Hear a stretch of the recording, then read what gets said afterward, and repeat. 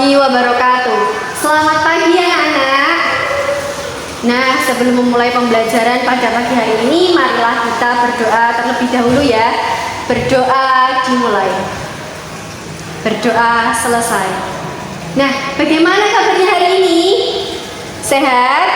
Alhamdulillah. Sebelum memasuki pembelajaran, Ibu akan presensi terlebih dahulu ya. Ada yang tidak hadir? Hadir semua ya. Oke. Sebelum memasuki pembelajaran, kemarin kita udah belajar tentang apa? Ya betul, kita udah belajar tentang teks biografi dan unsur-unsur yang ada dalam teks biografi. Betul sekali. Nah, selanjutnya, apakah kalian tahu tentang puisi? Yuk, Mbak Safa. Nah, betul, puisi adalah karya sastra atau karangan fiksi yang mengungkapkan pikiran atau perasaan penyair dengan kata-kata yang indah. Selanjutnya,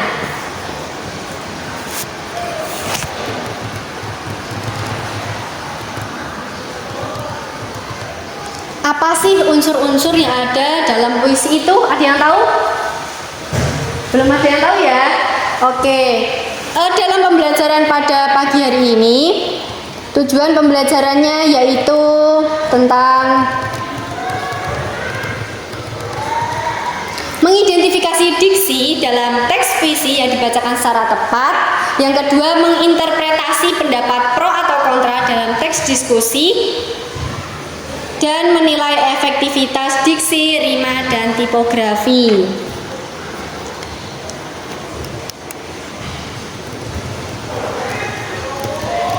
Apa sih diksi dalam puisi itu? Ada yang tahu nggak? Diksi dalam puisi adalah alat penting bagi penyair untuk mengekspresikan gagasan, perasaan dengan akurat dan indah. Nah, di dalam puisi terdapat unsur-unsur, yaitu yang pertama ada majas. Ada yang tahu majas? Ya, betul. Majas merupakan bahasa kiasan yang digunakan untuk menampilkan efek tertentu bagi pembacanya. Yang kedua yaitu pengimajinasian. Ada yang tahu? Ya, betul. Pengimajinasian atau citraan ialah kata atau susunan kata yang dapat menimbulkan efek hayalan atau imajinasi diri pembaca.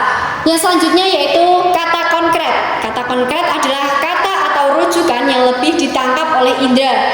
Konkret dapat berarti nyata, berwujud, atau benar-benar ada. Selanjutnya yaitu kata konotatif, yaitu dapat diartikan sebagai kata-kata yang maknanya telah mengalami penambahan atau pergeseran dari makna asalnya.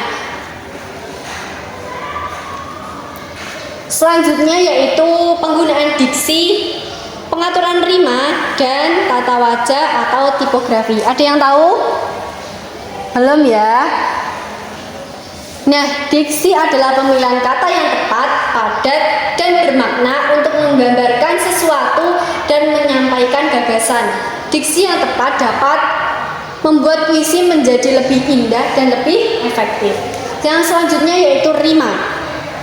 Rima adalah bunyi yang berselang baik dalam larik sajak atau pada akhir larik yang berdekatan atau secara singkat.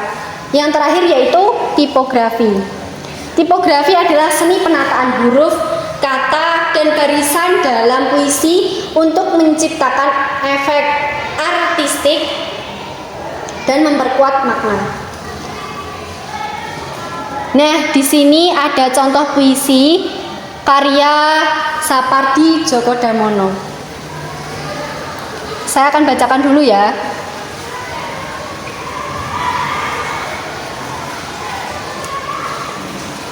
Pada suatu hari nanti,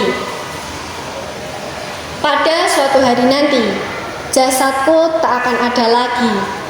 Tapi dalam bait-bait sajak ini, kau tak akan kurelakan sendiri. Pada suatu hari nanti, suaraku tak terdengar lagi. Tapi di antara larik-larik sajak ini, kau akan tetap kusiasati. Pada suatu hari nanti, impianku pun tak dikenal lagi. Namun di sela-sela huruf sajak ini kau tak akan letih-letihnya ku cari. Nah, itu tadi salah satu contoh puisi karya Sapardi Djoko Damono. Nah, sekarang kalian berdiskusi dengan temannya pada puisi Suatu Hari Nanti karya Sapardi Djoko Damono dan teks 2-nya yang berjudul Setelah Dibawa ke Ruang Besar karya Wildan Pradistia Putra. Kalian bisa buka buku paket pada halaman 224 sampai 226. Di sini peserta didik diminta untuk membandingkan kedua teks tersebut dan menuliskan perbedaannya, kemudian dipresentasikan. Ada yang perlu ditanyakan? Paham ya? Sekarang silakan kelompoknya Mbak Cindy untuk mempresentasikan hasil diskusinya. Oke, baik sekali. Udah paham ya teman-teman?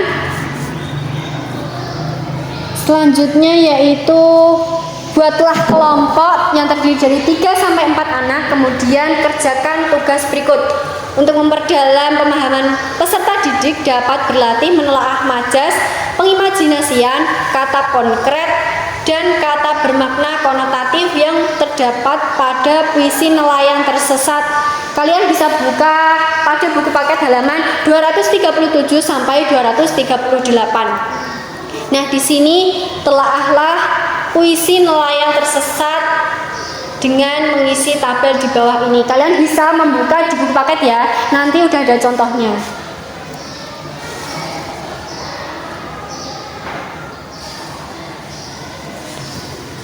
Minta tolong Mbak Cindy untuk dibagikan ini ya, lembar soalnya. Ya.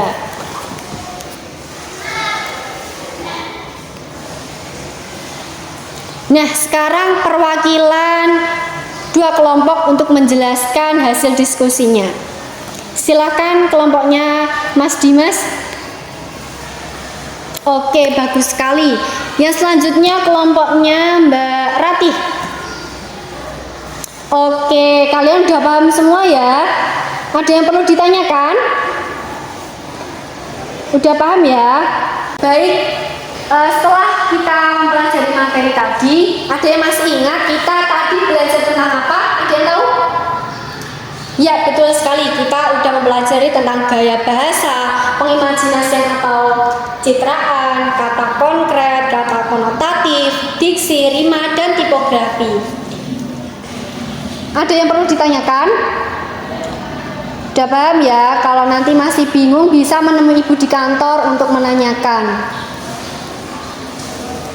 Nah, sebelum mengakhiri pembelajaran pada pagi hari ini, marilah kita tutup pembelajaran pada pagi hari ini dengan bacaan hamdalah bersama-sama. Alhamdulillahirrahmanirrahim. Demikian yang dapat Ibu sampaikan, kurang lebihnya Ibu mohon maaf. Bila